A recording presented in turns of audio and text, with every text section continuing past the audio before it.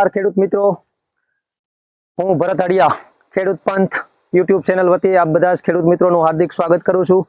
આજે આપણે એક કપાસના ફીલ્ડમાં આવ્યા છીએ। તો જનરલી અત્યારે ખેડૂત મિત્રોને એક પ્રશ્ન જે આજે થતા હોય છે કપાસમાં, તો એના આપણે સોલ્યુશન માટે આજે એક તમને લાઈવ ખેતરમાંથી બતાવું છું કે જે આપણે ખેડૂત મિત્રોને અત્યારે જનરલી બે પ્રશ્ન હોય છે। એક પાન લાલ થવાનો પ્રશ્ન, આ ટાઈપના આ તમે જોઈ શકો છો છોડમાં કે જે પાન લાલ થાય છે, અને એક પ્રશ્ન હોય છે કે હવે ઘણું બધું છાપવું લાગ્યું છે, ફૂલ લાગ્યા છે, તો હવે એને ખરતા અટકાવવા માટે તો આજના વિડીયોમાં આ બે વસ્તુ ઉપર આપણે ખાસ ચર્ચા કરવાના છીએ કે ભાઈ આ પાન લાલ થતા હોય તો એને કઈ રીતે અટકાવવા, અને બીજું કે આ જે છાપવું આવ્યું છે એમાંથી જીંડવા બની અને કઈ રીતે આપણે ઉત્પાદન વધારી શકાય। તો ખેડૂત મિત્રો, આપણે આ બે વસ્તુના અત્યારે ખાસ ખેડૂત મિત્રોને જરૂર હોય છે, અને જનરલી અત્યારે બધા જ ના કપાસમાં આ બે પ્રોબ્લેમ હોય છે। લાલ થવાનો પ્રશ્ન ખાસ હોય છે, એનું કારણ છે કે અત્યારે તમારા કપાસમાં તમે જોઈ શકો છો ફૂલ, છાપવું અને જીંડવા પુષ્કળ પ્રમાણમાં લાગેલા છે। એના લીધે શું થાય છે કે જે તમારા કપાસના જે લીલા પાન છે એ સૂર્યપ્રકાશની હાજરીથી ખોરાક બનાવતા હોય છે, જે ખોરાક ઓછો પડે છે, જેથી કરીને અત્યારે તમારા કપાસમાં જે ફૂલ, છાપવું અને જીંડવું હોય એના પ્રમાણમાં અત્યારે છોડને ખોરાક ઓછો પડતો હોય છે। ખાસ કરીને એને પોટાશની ઇફિશિયન્સી કહેવાય છે।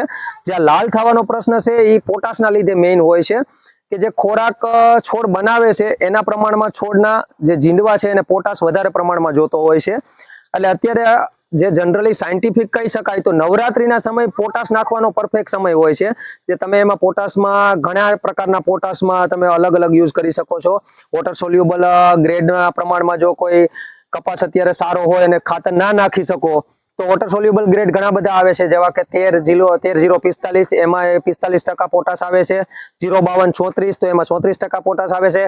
જે તમે કોઈ પણ દવા છાંટતા હોય, ચૂસિયાની દવા છાંટતા હોય તો એની ભેગી નાખી શકો, જેથી તમારે એક જ વસ્તુમાં એ કામ થઈ જાય છે। અને બીજું એક છે 0-0-50, જે મ્યુરેટ ઓફ પોટાશ કહી શકાય, જે 50 કિલોના બેગમાં આવે છે, તો એ નાખો તો બી ચાલે।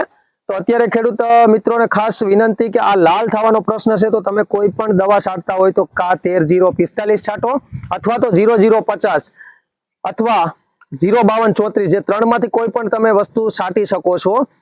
તો મિત્રો ખાસ અને એક બીજો પ્રશ્ન હોય છે કે અત્યારે એટલા બધા ફૂલ લાગ્યા છે તો જે છોડને ખોરાક ઓછો પડવાના કારણે ફૂલ છાપવું ખરવાનો પ્રશ્ન હોય છે। બીજું હમણાં હવે ઝાકળનો પ્રશ્ન આવશે એટલે તમારે ફૂલ છાપવા ખરવાનો પ્રશ્ન થશે। તો એમાં એક ખાસ ભલામણ છે, આના પહેલાના વિડીયોમાં પણ આપણે એક ભલામણ કરી હતી કે કેલ્શિયમ નાઇટ્રેટ એક વોટર સોલ્યુબલ ગ્રેડ છે, જે પંપે તમારે 100 ગ્રામના માપ પ્રમાણે નાખવાનું છે। ખાસ યાદ રાખજો, કેલ્શિયમ નાઇટ્રેટ અને બીજું બોરોન 20%, જે 20 ગ્રામનું માપ છે। એટલે એ તમે કોમ્બિનેશન વાપરશો એટલે તમને ઘણા ખરા અંશે ફૂલ છાપવું ખરવાનો પ્રશ્ન ઓછો થઈ જશે। જેમ કે આ તમારે અમુક જે પીળા ફૂલ થઈ અને આ ડ્રોપિંગ થતા હોય છે આ ટાઈપના, તો એ જે તમારો પ્રશ્ન છે એ પ્રશ્ન ઘણા ખરા અંશે સોલ્વ થઈ જશે અને તમે ઉત્પાદન વધારી શકશો। તો આપણે કેલ્શિયમ નાઇટ્રેટ પ્લસ બોરોન 20% એ કોમ્બિનેશન અને પ્લસ 0-52-34 આ ત્રણ વસ્તુ વાપરશો એટલે તમારે આ લાલ થવાનો પ્રશ્ન, ફૂલ છાપવું ખરવાનો પ્રશ્ન, અને એ વસ્તુ તમે કોઈ પણ દવા સાથે છંટકાવ કરાવી શકો। અત્યારે જનરલી ખેડૂતના પ્રશ્ન હોય છે કે લીલા ચૂસિયા, થ્રિપ્સ અને સફેદ મસરી, તો આમાં તમે કોમ્બિનેશન વાળી દવાઓ છાંટી શકો છો, જેવી કે ફિપ્રોનિલ ઇમિડાનું કોમ્બિનેશન આવે છે, તો એમાં લીલા ચૂસિયા, થ્રિપ્સ બે એક જ વસ્તુમાં આવી જાય છે। તો ખેડૂત મિત્રો ખાસ ભલામણ કે બને ત્યાં સુધી કોમ્બિનેશન વાળી દવા છાંટવાનું રાખો, જેથી કરીને તમારે 5 કે 6 જાતની દવાઓ ભેગી ના કરવી પડે।